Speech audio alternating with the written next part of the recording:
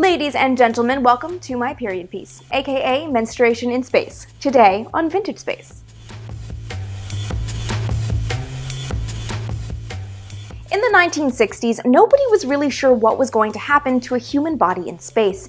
It was possible that once in zero gravity, a man wouldn't be able to swallow, so he couldn't eat or drink. It's possible that without gravity, his eyes would distort and he wouldn't be able to see the controls in front of him.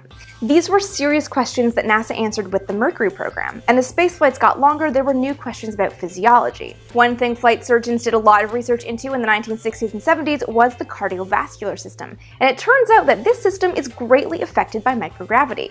The heart almost gets lazy when it's in space. Because humans developed in a 1G environment on the Earth, our bodies are very good at pumping blood from the lower extremities in the lower body up to the heart, where the blood is reoxygenated and then circulated back through the body. In space, the cardiovascular system isn't fighting gravity, and so more fluid pools in the upper body and in the head than in the legs. And prolonged exposure to microgravity does impact heart rates because the heart and the cardiovascular system doesn't need to work quite the same way it does on Earth.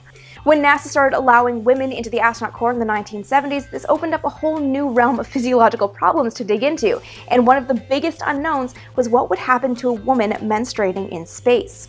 As if drawing an analogy from the cardiovascular system, which changes drastically in microgravity, a lot of people thought that there would be a problem with retrograde menstrual flow with a woman menstruating in space. Basically, flight surgeons were worried that instead of the blood flowing out of a woman's body, it would flow upward into the abdomen, causing a condition known as peritonitis. Peritonitis is an inflammation of the peritoneum, which is the membrane that lines the inner abdomen and covers the organs inside the abdomen.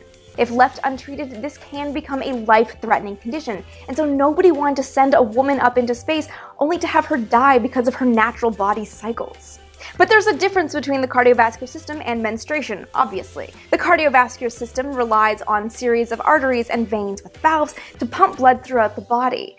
Menstruation is simply regulated by hormones. While male engineers and flight surgeons were very concerned about what was going to happen to a menstruating woman in space, none of the female astronauts were too concerned. To them, they couldn't imagine that menstruating in space would be any different than menstruating on Earth. The problem was there was no way to prove it unless somebody just went up there and did it.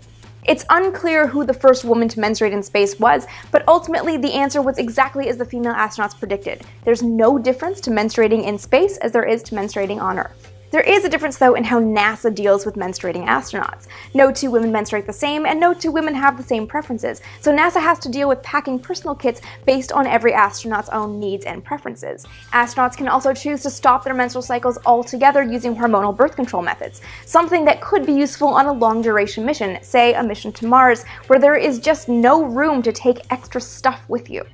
Ultimately, the question of menstruating in space is more interesting when you look at it historically and socially, in that women became this weird unknown that NASA just didn't know how to deal with. The agency even considered making makeup kits for the astronauts to take in space, because that's something that you need in orbit.